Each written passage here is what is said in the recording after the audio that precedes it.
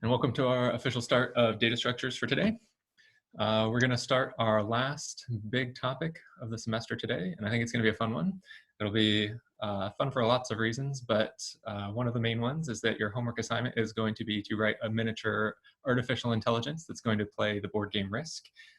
So it'll be a fun, hopefully, way to end out the semester. So the topic that we're talking about is called graphs and graph algorithms. We'll see some basic versions of these graph algorithms and apply them to the Risk game. And we'll also see how these graph algorithms really tie together everything that we've done so far in class, that they use stacks and queues and heaps all as fundamental building blocks. And it's actually really cool that you can just swap out these data structures and get different algorithms that do different applications. So that's our big overall goal for today and Wednesday and next Monday. And so the next 3 class periods. And then the very last class period next Wednesday, we'll reserve as a review for the final. As a reminder, your final, you're going to have all week of finals week to do it. That Monday of finals week, I will post the final exam. And then you'll have the whole week to work on it at your leisure, whenever is convenient for you, and complete it and submit it whenever it's convenient. There is the practice final that I gave you last week. Strongly recommend that you look at that and ask questions about that as soon as you can. As soon as finals week starts, there's going to be basically a pause. I'm not going to be able to answer any more class related questions or data structures related questions as soon as the final goes out. So if you do think you might have questions about anything we've covered so far, make sure you get those answered before finals week. Before we start on the actual material for today, are there any big picture questions about what the end of the course is going to look like, or the final exam, or anything admin related like that? Okay, then we will get started with graphs. I'll share my screen.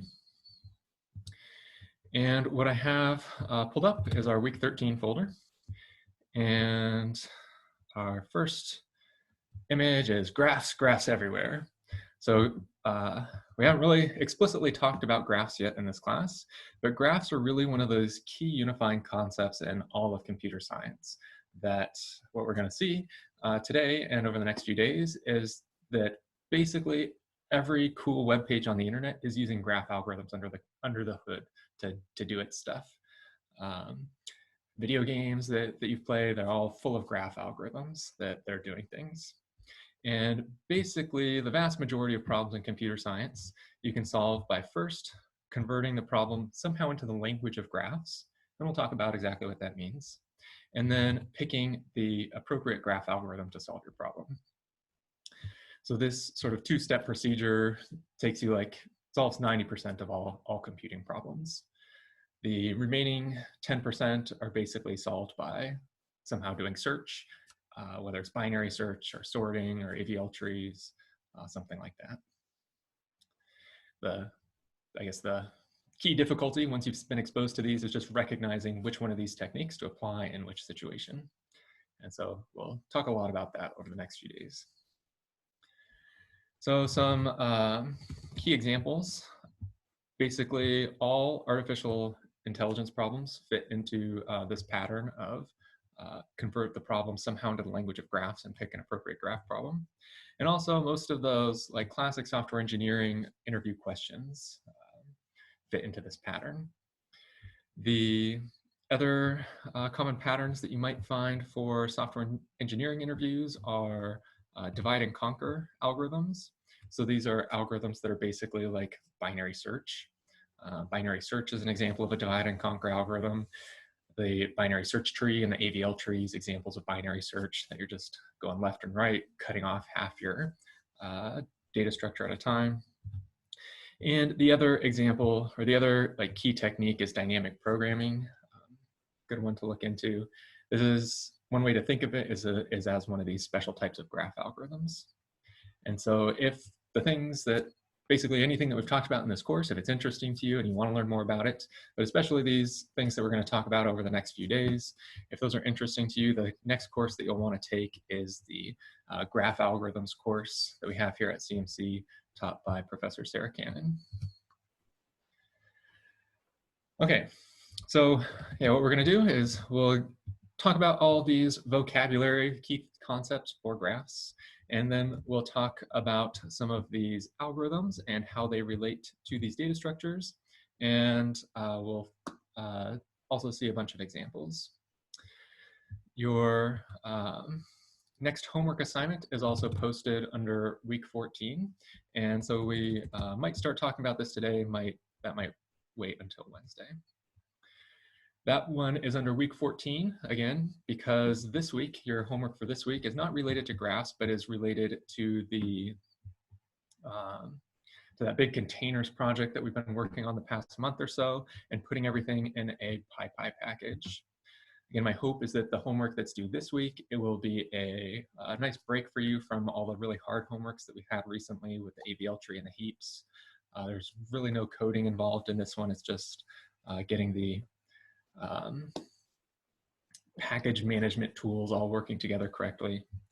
And then when you, for the next week's assignment, for the graph assignment, it will be another coding assignment, probably a little bit easier than the binary search tree, but maybe about that level of difficulty. Definitely easier than the AVL tree and the heap. Okay, so we're going to switch screens here and talk about what exactly is a graph and these algorithms. So let's go ahead, and here we go. So just like a tree, a graph has nodes and edges, and nodes traditionally drawn as circles, and edges connecting those nodes together. So this is an example of a graph right here. And this graph also happens to be a tree. So currently I don't have any labels in these nodes, but let's go ahead and add some labels. We'll use numbers here. This is 1, 2, 3, 4, and 5, like this. And I mentioned that this happens to be a tree. And recall that traditionally a tree would be drawn with a root node at the top and then sort of children nodes down below. Something like this, with the 1 up here, and then the 2, 3, make these circles a little small, put them outside the circle like this, 4, 5. So this one's drawn explicitly to emphasize the tree structure over here, but both of these two graphs are 100% equivalent to each other. In computer science and in math, when we talk about these graph representations, we don't really care about the actual location on the paper that we've drawn these nodes and these edges. All we care about is the connectivity between them, how the things are connected together. Yeah, so both of these two pictures represent the same graph. What's different about a graph and a tree is that a graph, you can have cycles, and in a tree, you cannot have cycles. So a cycle is, if we were to say, connect this 2 into this 5, like this. Now here, this 1, if we were to go from 1 to 2 to 5, and we could go back to 1 like this. And so that is a cycle in this graph over here. If we were to add this same connection from 2 to 5 over here, we get something like this. And you'd see that in the sort of tree-based language, we'd have this edge between siblings, and that's just not allowed in trees. In trees, you can only have edges between parents and children. But in graphs, you can have edges anywhere you want them. When we're working with graphs, we typically don't use the language, like the family sort of language of parents and children, siblings, ancestors, descendants. We don't use that sort of language because it doesn't really make sense when you have a cycle like this. So the general one key point to remember, this would be a great example of a true false question on a final exam, would be that every tree is a graph.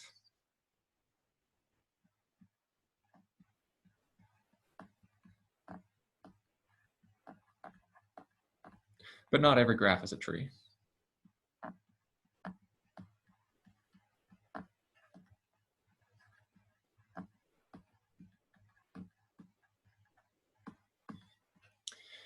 And in particular, a tree is a graph without cycles.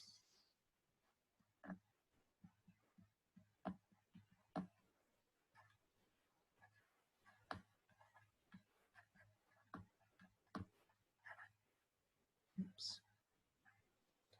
Now, cycles. Oh, that's spelled very badly. Let's just cross that out and rewrite it. Cycles, there we go.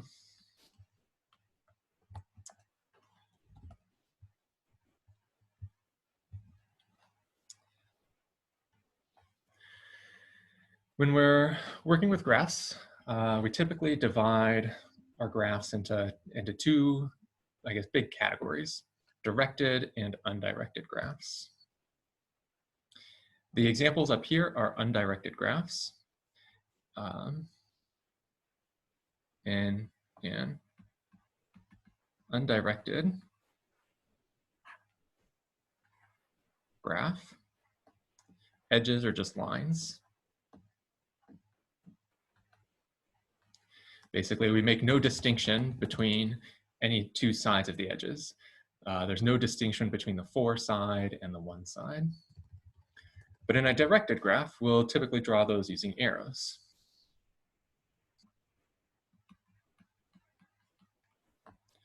Directed graph is drawn with arrows. And so let's draw a graph similar to what we had up above. 5 nodes like this. And now let's draw arrows between the nodes like this.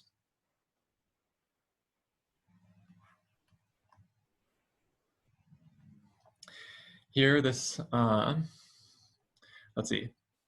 Yeah, this is a graph, and it's directed because I've drawn arrows on all of the edges. I want to draw another graph to compare with here real quick.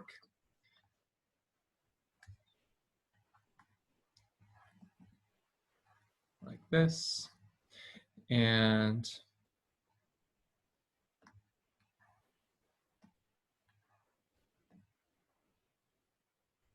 something like this.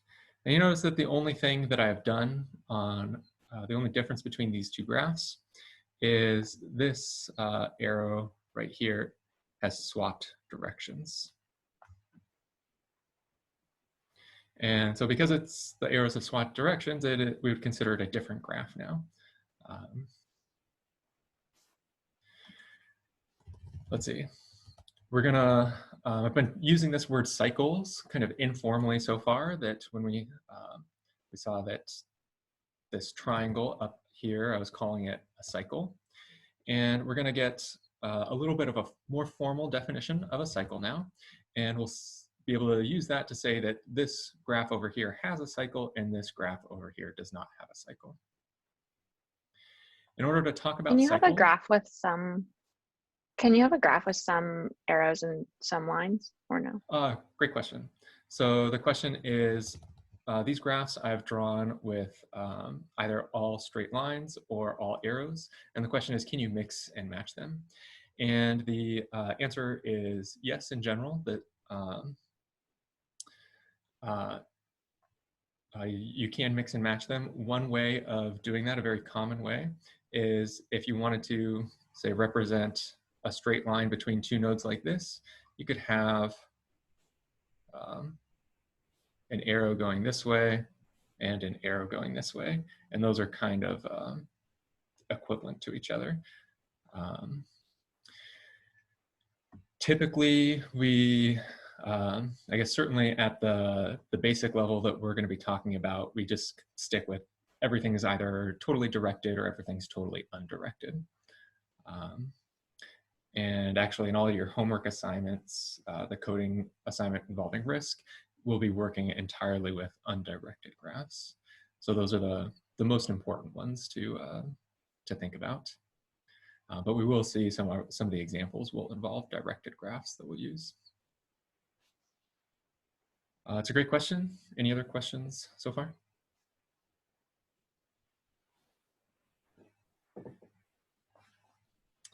Okay. So yeah, our goal now is to formally define this idea of a cycle.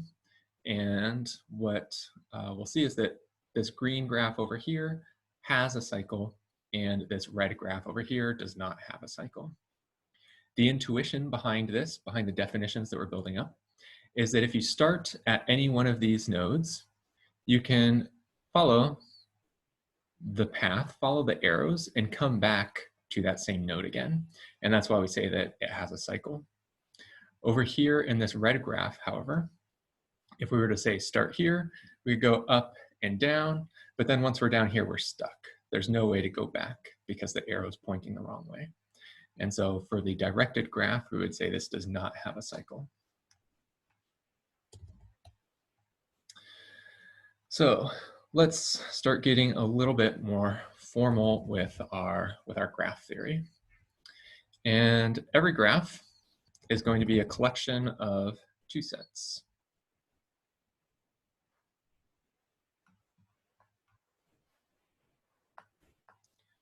G equals V comma E, where V is the set of vertices. So vertex, just synonym for node. And then E is the set of edges. Typically in, let's see, if this were a graph theory course, we would be doing a lot of proofs related to these graphs, proving things like our algorithms are correct, or that certain algorithms just don't apply to certain types of graph problems. If in this course, however, we're just going to keep things relatively informal. We're not going to be doing any proofs. And so this E set, we would typically say that any E in E, contained in E, so this is the particular edge, lowercase e, the particular edge, uppercase E, the actual set of all edges, has the form V1, comma, V2, where each V1 and V2 are contained in our big set V up here. And now we're ready to talk about paths.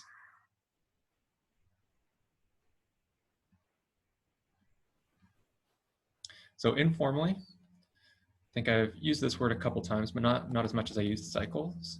Informally, a path is just a way to get from one node to another node. So if we wanted to go from this node, say, to this node right here, then a possible path would be here, up to here, down to here. And actually, in this case, that's the only path that would get you there. So a path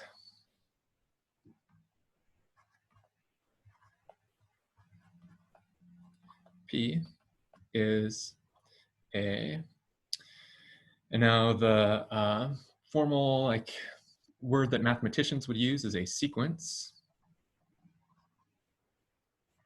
But you can just think of this as a list.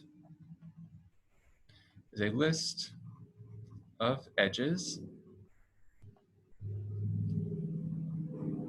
where I'll just write this informally and then put it a little bit more formally, where the endpoints match.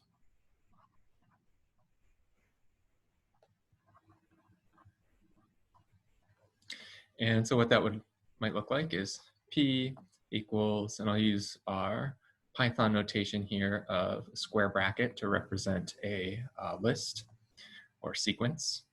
Mathematicians would typically use a normal parenthesis, but you'd see some mathematicians using a square bracket here as well. And then something like V1, comma, V2, comma, V2, comma, V3, comma, V3, comma, V4, and dot, dot, dot. The key thing is that the endpoint of this node right here and this node right here match. So endpoint of the first edge, beginning point of the second edge match.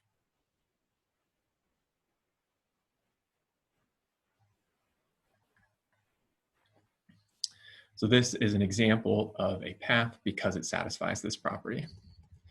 If we had another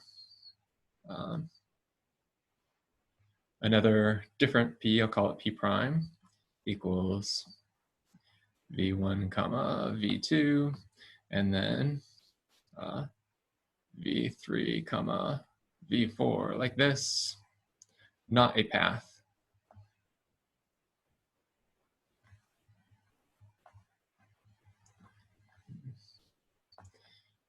P prime, not a path, because these don't match.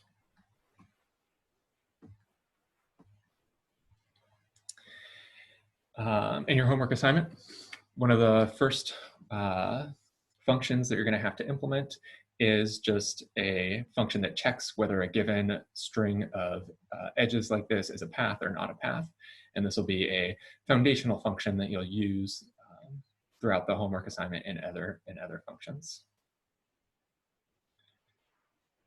Are there any questions about what a path is on a graph?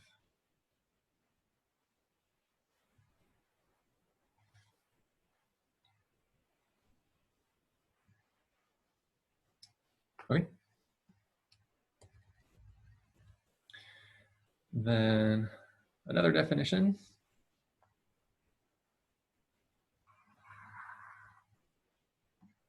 For cycle now, we can get a little bit more formal about what it means to be a cycle.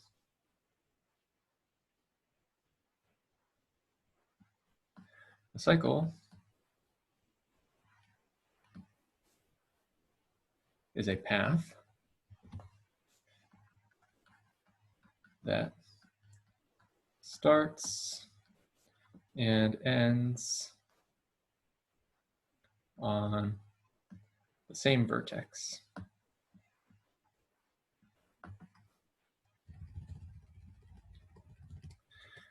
Typically, mathematicians, when they're distinguishing paths from cycles, they use the letter C for cycles, P for paths. So we'll do the same thing here. C equals V1, comma, V2, and then from V2 back to V1. That's an example of a cycle because the first point and the last point match.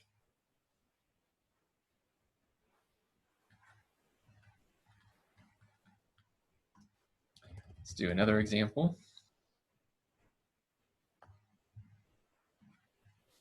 So we'll call that C1, C2 equals, we had say just V1, comma, V1 like this. So here we have a very special type of edge that starts and ends at the same location. If we were to draw this out in a graph, we might have something that looks like, so here we'll call this node V1, this node here, V2. These two red lines correspond to the to C1 right here. I'll just draw red over these to indicate that they're drawn in red over here on this graph.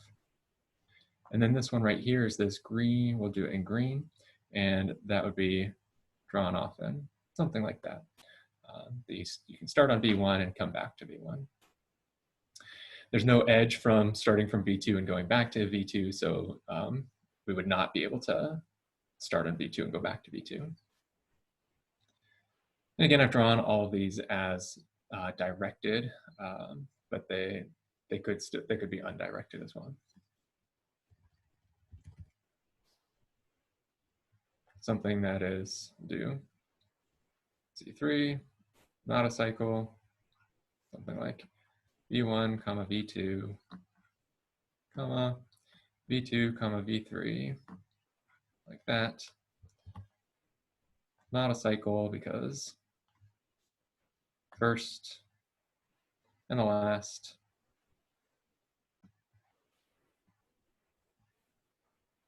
don't match, so not a cycle.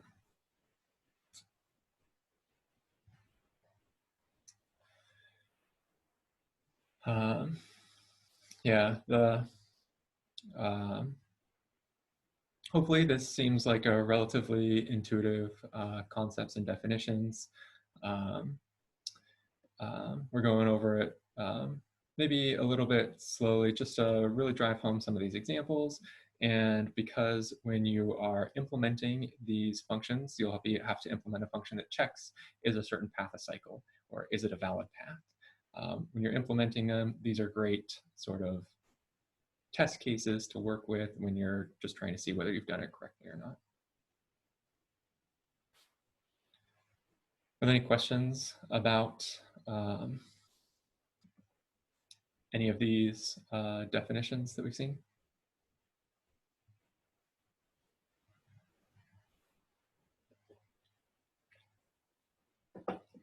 Okay, let's come back over here. And I guess we've done most of these definitions. The next two that we have to talk about are the shortest path and the shortest path tree. And this will segue us into our conversations about what are called graph traversal algorithms. So there's three main graph traversal algorithms: depth first search, breadth first search, and Dijkstra's algorithm. This one here is a little bit hard to pronounce if you haven't seen anybody pronounce it before. Dijkstra, so this G or this J is not pronounced like the English J, it's a Scandinavian name, so it's kind of pronounced like more like the Y sound in English, Dijkstra. And so it's named after a person who invented the algorithm. We'll talk about, let's see, what you're going to have to implement for your homework assignment is the breadth first and Dijkstra's algorithm. We'll talk a little bit about comparing it against depth first search, but we won't actually have to implement it. And yeah, so let's go ahead and talk about breadth first search and shortest paths next. So let's come down here, and I'm going to draw out a graph. We'll do a little bit larger of a graph, and I'm not going to label these nodes. Do something like this. And let's draw in some lines like this.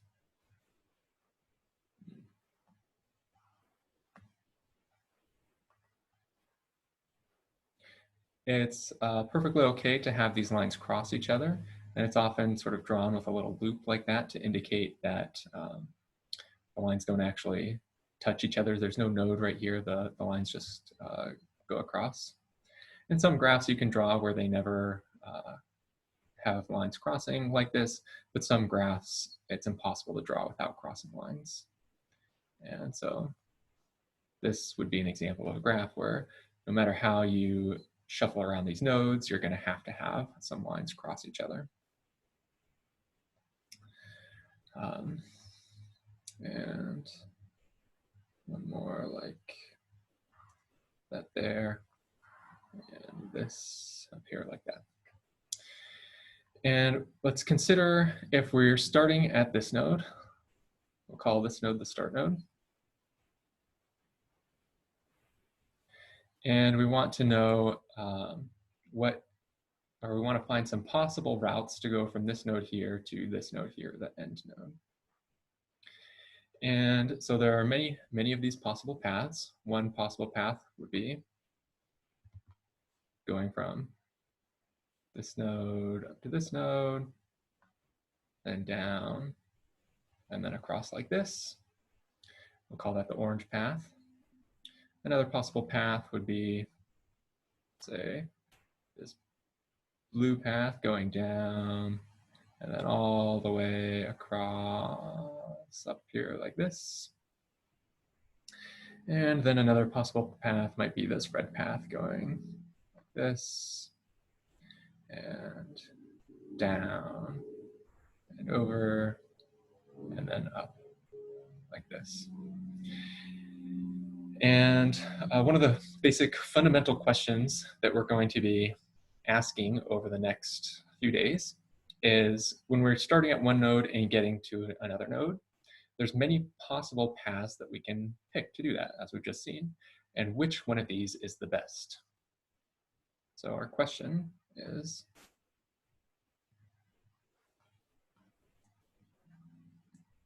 which path is the best?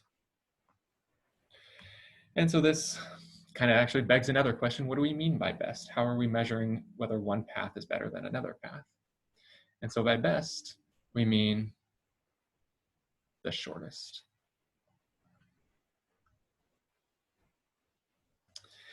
And so for this graph right here, out of these three, I've just labeled 3 possibilities. There's actually a lot more than 3 possibilities of how you could get from the start node to the end node. But out of these 3, the blue path, blue uses 2 edges. The red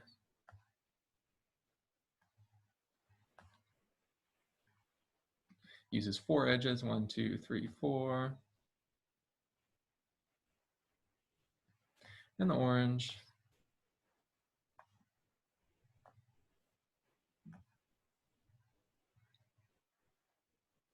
uses 3 edges. And so here the blue path is going to be the best. And so now this leads us to our next question, which is, how do we actually calculate that efficiently? That if we're, one possibility, basically the possibility that we just did, is we can enumerate a bunch of paths and then try them all. Just measure how long is each one of these paths. Turns out that's a really, really bad algorithm, that if we were to write out the runtime, it would be super exponential. It'd be just explosively bad. Even for a graph of this size, it would take a long time to run. We'll use, for a graph like this, we'll use breadth first search, the BFS algorithm. BFS, B stands for breadth, F for first, S for search. It's typed out in the notes so you can see it there, breadth first search. Find shortest path.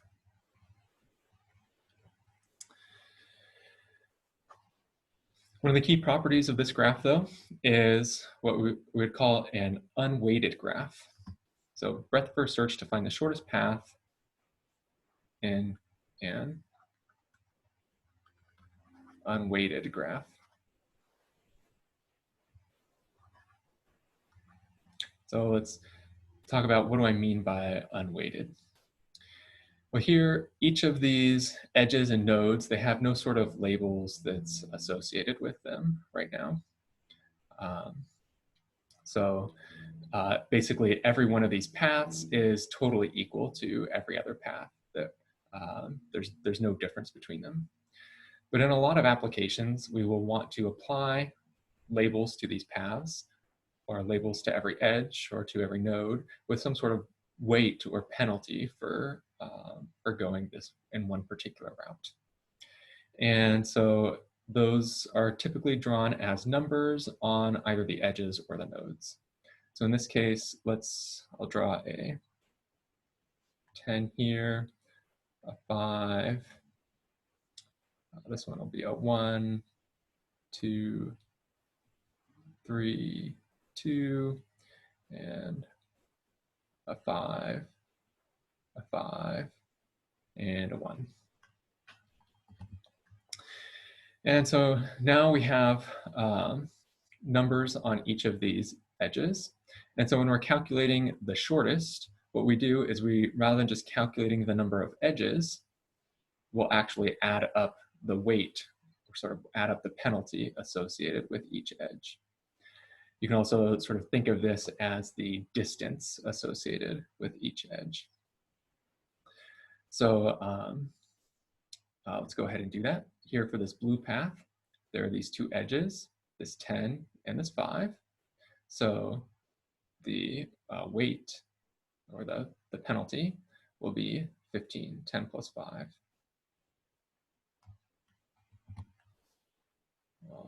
Here, right, weight, and everything in green down here is going to be the weights. Here are the edges, here are the weights. And now if we take this orange path, 1 plus 5 plus 5 is 11. We have 11 here. And then on our red path, we have 1 to 2 to 3 to 2. So 3 plus 5 is 8. 8. And now this red path, if we have these weights for our graph, this red path is going to be the shortest because it has the smallest weight. The algorithm that we'll use for finding the shortest path in these weighted graphs is the Dijkstra's algorithm.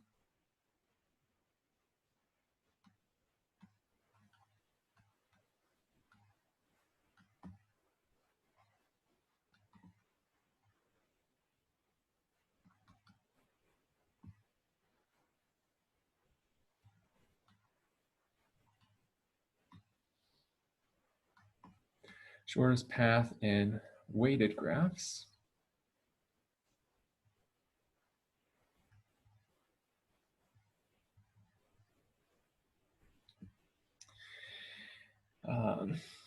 Again, these numbers called weights.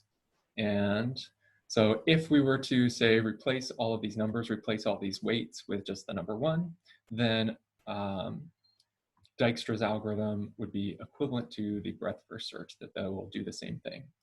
So breadth first search is sort of a simpler thing. Dijkstra's is a little bit more complicated. And so we'll start by seeing how breadth first search works, and then we'll see how Dijkstra's algorithm works. If you're feeling like this has just suddenly got really abstract and like maybe struggling to think about the motivation about why we just did all these things, that's okay. I just wanted to make sure that we got all of our definitions down and sort of the big picture difference between breadth first search and Dijkstra's algorithm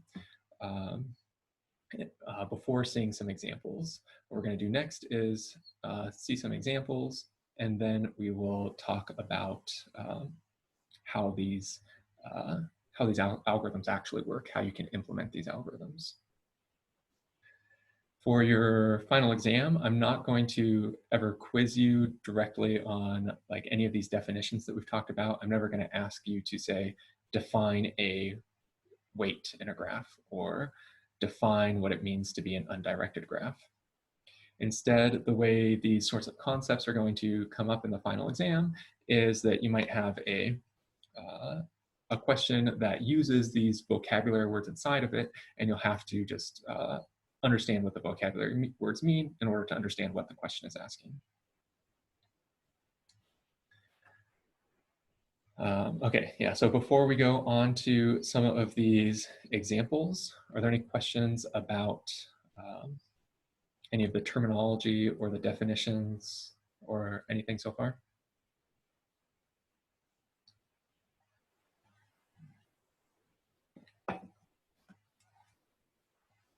Okay. So I'm going to switch back over to the notes and let's refresh this. Looks like I was making some edits to the README file, adding some examples right down here, but it looks like I forgot to commit and push those up. So let's real quickly just take a look at them by looking at the README file directly. Oh, and this is the slash week 13 vim README and edit and down. There we go. Some applications of Dijkstra's algorithm in Vim right here. So I'll push these up to GitHub after class, so you'll be able to see them for yourself. But these, I think, 6 examples of Dijkstra's algorithm just give you a good example of the sort of versatility of Dijkstra's algorithm and why it's such a fundamental algorithm to try to understand. A lot of these too, let's see, some of them will see that you can use just the normal breadth first search to do it with an unweighted graph, but most of these require a weighted graph of some sort. So we'll start with Google Maps. Google Maps is like the standard classic example of, there we go, of Dijkstra's algorithm. That if we have 2 locations that we're trying to go to, so let's say, oh, it's being a little bit laggy right here. But let's say we're at Pomona College. So directions to here, and we'll do just simple Los Angeles, California like this. And it'll zoom out for us and show us that here is a path, in this case, driving directions from this location, Los Angeles, over to Pomona College. And let's see, I have it set to walking right now. Let's change our settings to driving. And so it has these 2 paths right here. And let's see, how does it know that? How does it know that this is going to be the most efficient path? Certainly that if we had all possible paths, then we could just check their times and see which one's best. But how do we actually figure out like this one here? Google has to be able to do that in just a fraction of a second in order to be able to report back if the path to us in real time so that we can use it. And so how it does that, how Google Maps works.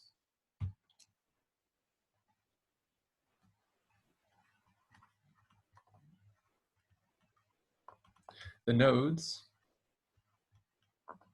are intersections.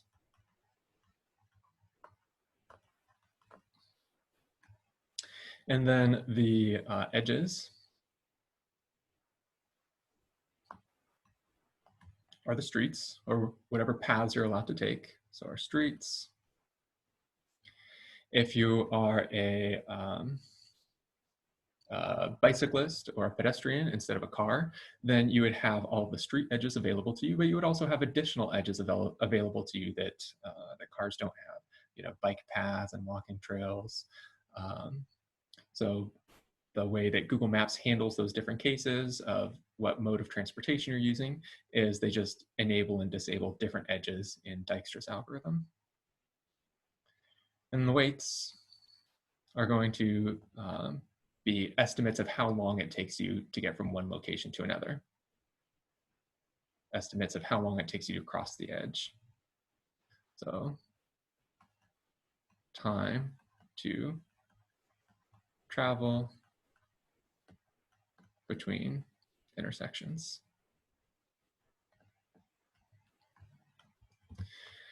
This time to travel between intersections is typically going to be roughly proportional to the distance between the intersections, but we might prefer to, or we know in advance that, say, freeways, highways are going to be significantly faster than surface streets, side streets.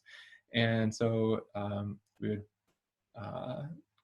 reduce the time accordingly on those edges. Let's see, the next example would be video game pathfinding. So this would be a pretty closely related example to Google Maps. Come over here and is this it? Yep. So when I was growing up, Age of Empires was my favorite video game. And in Age of Empires, you would have your armies, and if you click on a unit and then click somewhere else in the map, it's gonna move that unit from one location to another. But somehow that unit needs to figure out how to navigate. And in most situations, you can just go a straight line, like click on these horses over here and then move them over here. You can just kind of walk straight. But if there's a wall in the way and buildings and other obstacles, you somehow have to figure out how you're going to navigate around them. And you use that using the same sort of Google Maps Dijkstra's algorithm that here the video game is divided up into tiles. So it's a big grid, and then there's a connection between those two tiles if you can move from one to the other. So all these tiles here connected together, these tiles here not connected together because there's a wall in the way, so you can't traverse that way. Another sort of related example would be internet routing. So with Google Maps and video game pathfinding, there's sort of like geographic problems of how do you navigate your geography.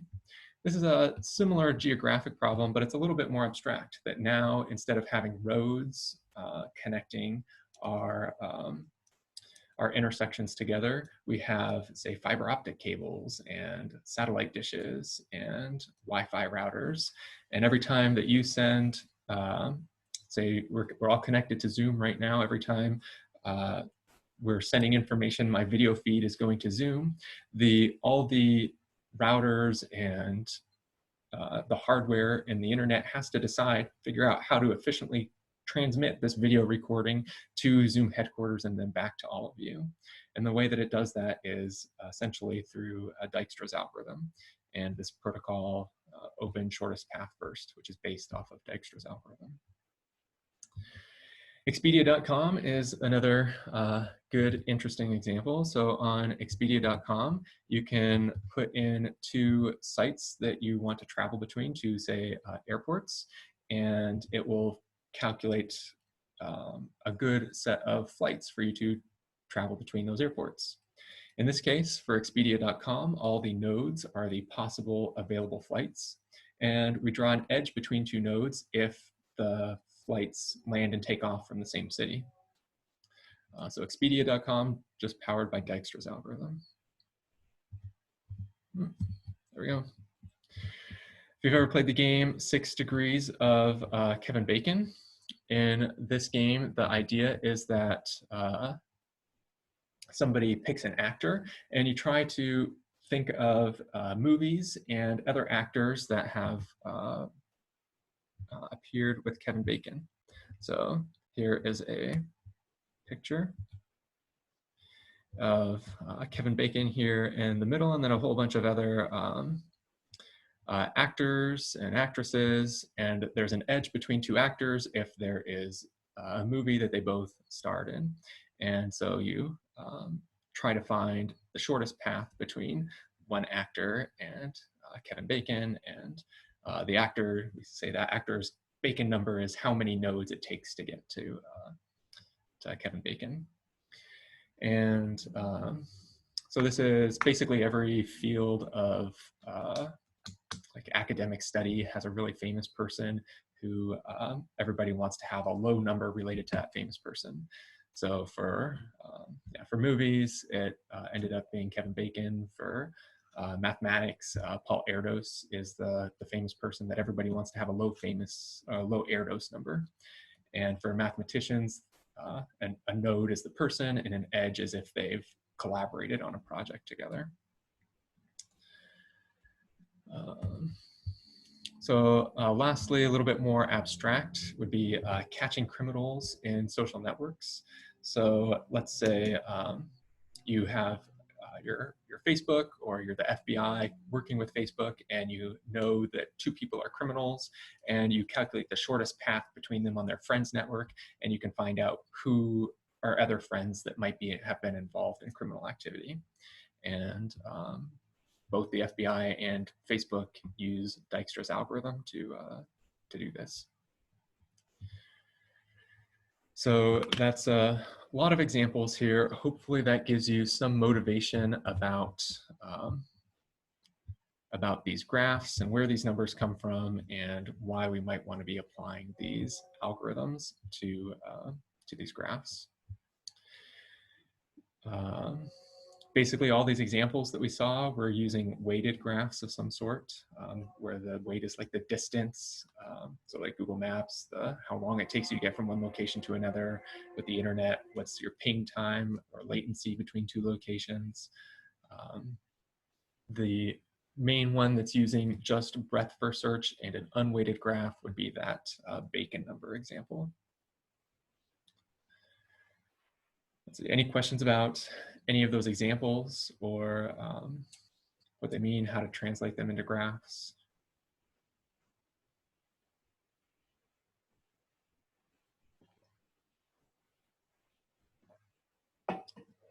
Okay, then we are ready to talk about the actual algorithms and implementation of these breadth first search, depth first search, Dijkstra's algorithm, how they actually work. And what we're going to do is today we'll talk at a high level, just going through in picture form these examples. And then the notes, let's see, actually in the assignment, which I've already posted for you if you want to take a sneak peek at it under week 14, the assignment has actual pseudocode that we'll take a look at a little bit later. One of the things that we'll see when we look at this pseudocode is that it's going to look extremely familiar to you because you've actually implemented breadth first search before in this class when we were talking about stacks and queues and doing that word ladder game. You were actually implementing a breadth first search. And so what we're going to do when we talk about this breadth first search algorithm, we're going to do it in the context of this word ladder game. And the hope is that this will make the algorithm seem a little bit more familiar to you because it's something that we've really already done. And also to give you a little bit more maybe theoretical understanding of how this problem that we worked on a long time ago, like what it was actually doing and why that pseudocode that I gave you is the correct pseudocode for this problem. So here, this is the a graph for the word ladder game. Here in this case, each word is a node. And we connect two words with an edge if the words are differ by exactly one letter.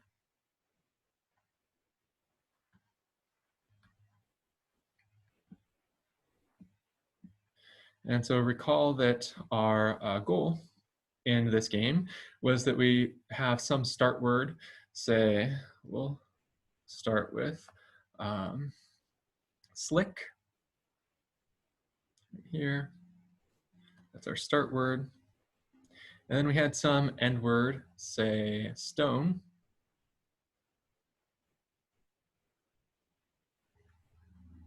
And we wanted to calculate the a list of words that each word differs by only one letter, and we start at slick and get to stone. What your algorithm was actually doing was this procedure that we're just going to walk through again right now, and we'll do it in the language of graph theory and graph algorithms this time. So in a breadth first search, what we do is we start at our start word, and then we consider every neighbor of this start word. So here we're starting at slick, and then in our, we'll consider all of these neighbors. So here we'll consider stick. I'm gonna draw it like this, and then up here, slack. So these are all of the words. These are all of the words that are distance 1 away from slick.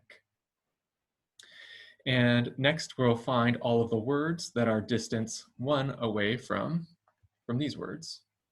So black is distance 1 away, smack is distance 1 away, snack is distance 1 away. Then over here, stink and stunk and stuck, all of those are distance 1 away, like this. And so these are all the words that are distance 2 away from slick. They're distance 1 away from the words that were distance 1 away from slick. And so next, we'll pick all the words, highlight all the words that are 1 away from everything kind of highlighted in blue right here. And so there we have stank right here, and stack is 1 away, shuck is 1 away, shack is 1 away, like this.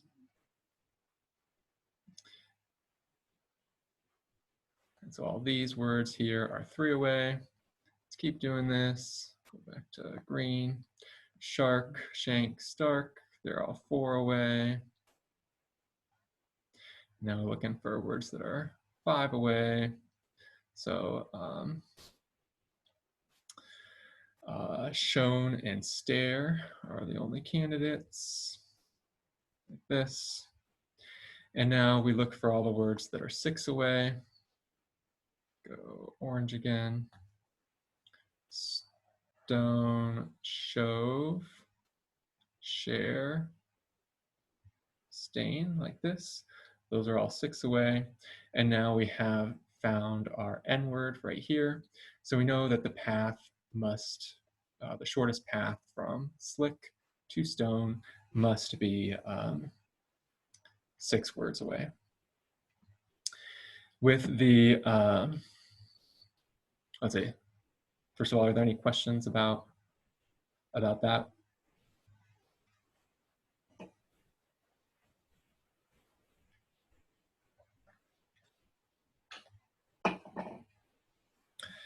With the shortest path algorithm, or the breadth first search algorithm, what we're doing at each of these, let's see, each one of these lines right here is sometimes called the frontier of the algorithm. I hear people use that word a lot. It is sort of like the first iteration frontier, then the second iteration frontier, then the third iteration frontier, fourth and fifth and sixth.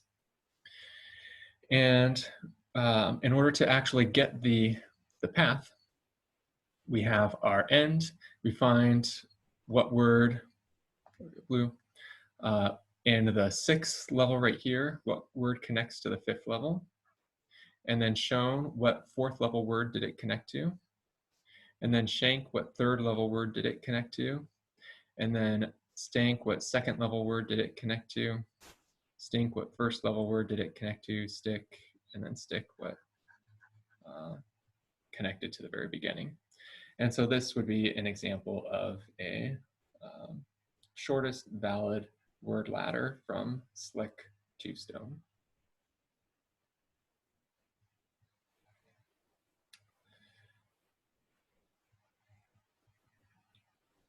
Are there any questions about that?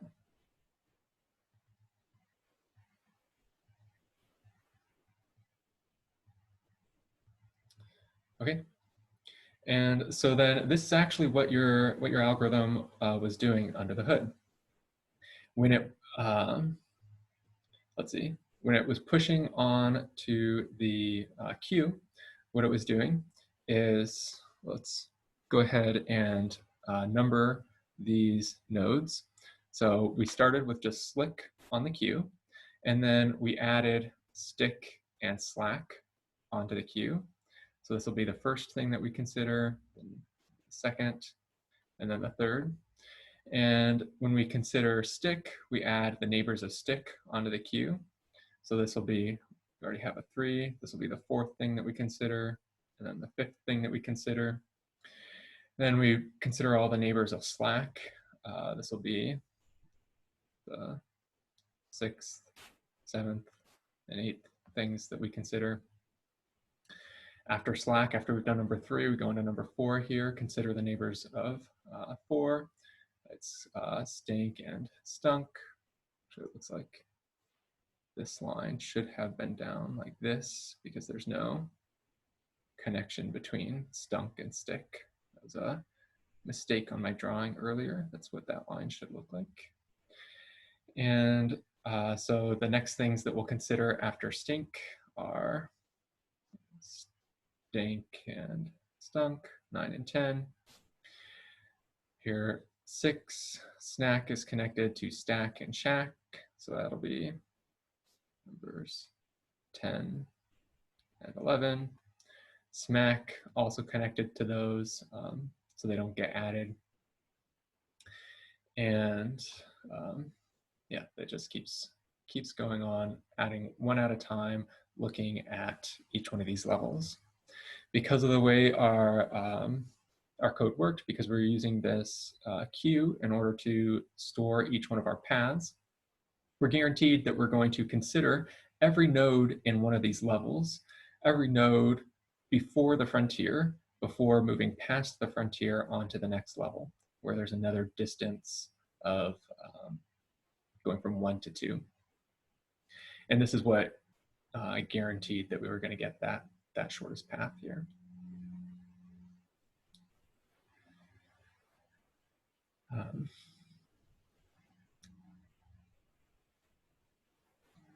Let's see. Any questions about that?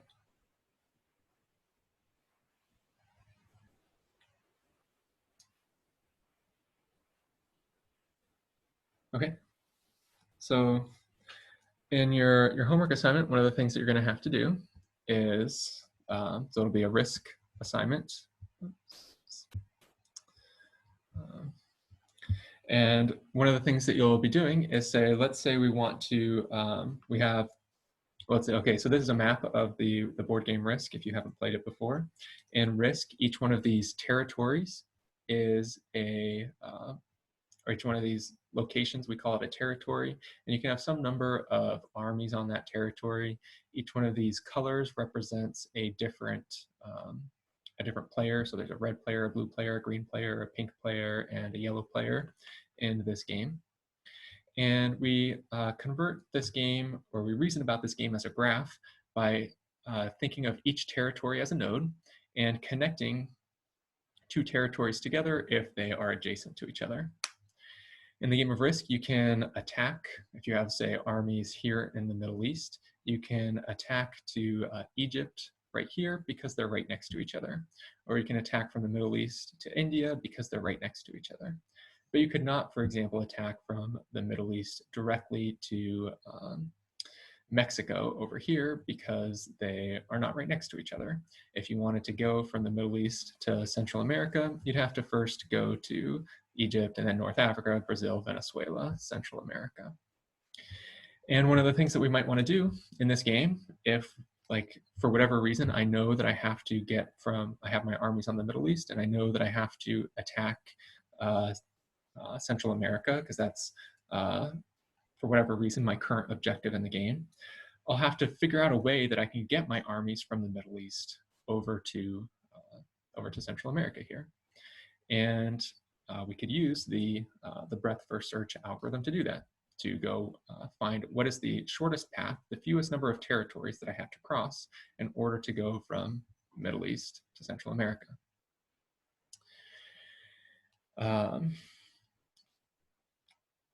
And so that'll be one of the functions that you'll have to implement is calculating that.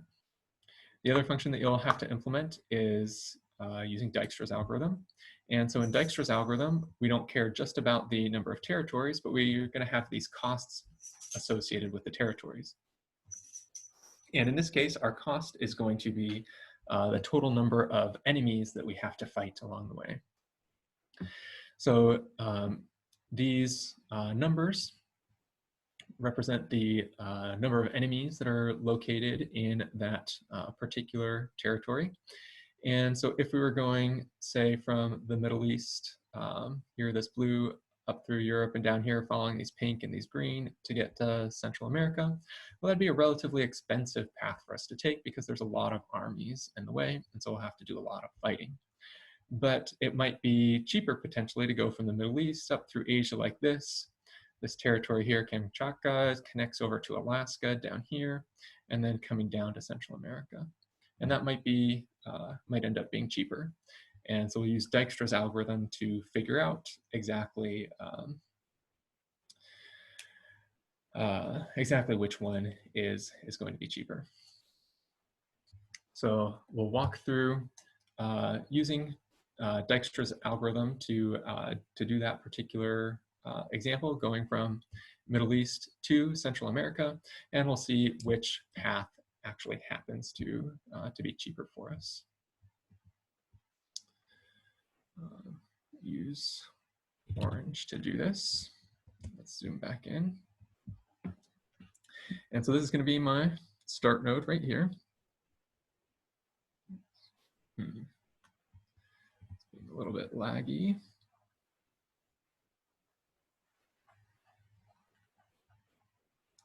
It'll be my start node. And this right here will be my end node. And on each iteration of Dijkstra's algorithm, I'm going to look at my current frontier. So currently, the only nodes that I've visited are just this starter node right here.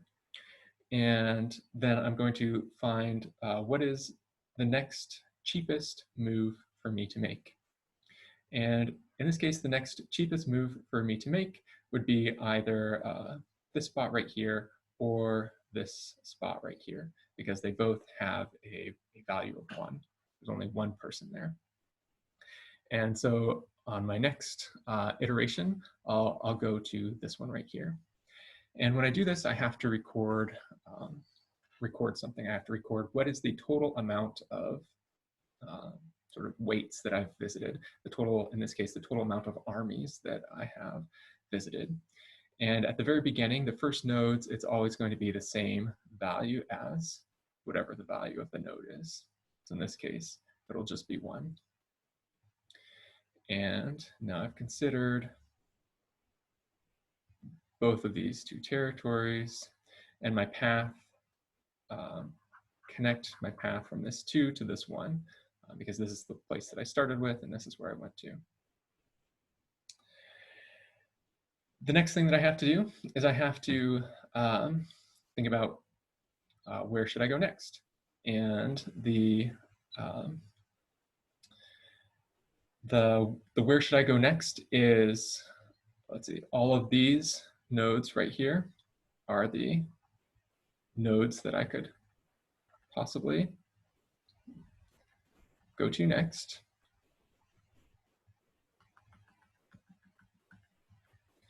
And we have to figure out I have this location and this location that I can come from, and which one should I come from and which place should I go to.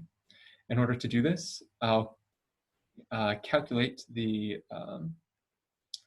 for each one of these nodes coming out, what is the expense of going from this location out to, say, this location. Well, going from here to here, my total weights would be 3. It would be the 1 from here plus the 2 from here gives me 3. Same for here, 1 from here, 2 from here gives me 3. Over here, if I went from India up to here, so it'd be 1 plus 1 would give me 2.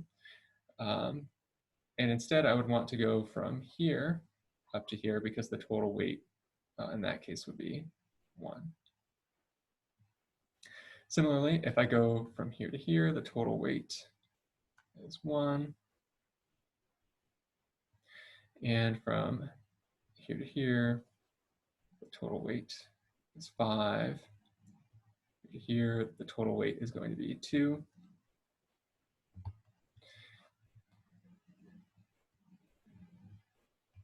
And then here to here, the total weight is going to be 4. When I have to decide which place am I going to go to next, I look at all of these total distances right here and pick the minimum one.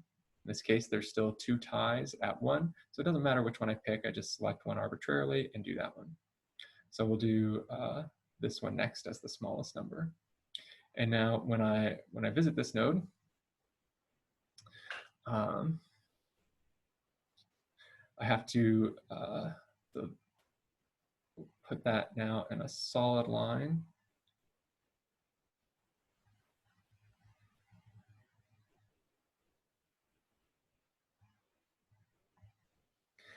And I need to consider all of the neighbors now of this node coming off here. The distance to this node from our start node would be 2, the 1 to here, plus the 1 distance traveling to here, so we get a 2. The distance from 1 to here, also 2. And the distance from here to here is 3. And those are all of the, and then this node right here. Here we have the option of we could go from the 2 to this 1, and that has a penalty of 1, or we could go from the 2 to this 1 down to this 1. And that's something that we would not want to do, because if we went 2 to 1 to 1, we have the 1 penalty here plus the 1 penalty here, so it would take us 2. That's a longer path going from Middle East to Ural to this territory. It's better to go straight from Middle East to here. So because of that, I'm not going to draw a line between these two territories. I would never connect from this territory to this territory. I now have a bigger frontier that these nodes are all in that dashed line for the next iteration. And every node that has one of these distance numbers that has a possible path to it, they are now the nodes that I consider when I'm doing my next iteration of Dijkstra's algorithm. Let's see. We're pretty much out of time, so I think this will be a good stopping spot for now. The idea is we're going to be repeating this procedure over and over again, considering one node at a time. Each time we consider a node, it will be the smallest node of the different possible paths that we can visit. And as we do that, we'll continue building up all of these branches throughout this entire graph. Eventually, we'll get a set of paths, or a path that connects the Middle East to our target, Central America over here, and that's going to be the path that's the shortest path and the one that we would actually choose. So we'll next time continue talking about Dijkstra's algorithm, and then we will start talking about how these maybe intuitive versions of the algorithms, these picture versions of it, relate into code for your homework assignment. But again, this homework assignment is not going to be due this week. It is due at the end of next week, the beginning of finals week. So you still have quite a bit of time. With that, it's the end of class, and I'll have office hours now to answer any questions people have, either about graph-related things or about your heap assignments or the PyPy assignment.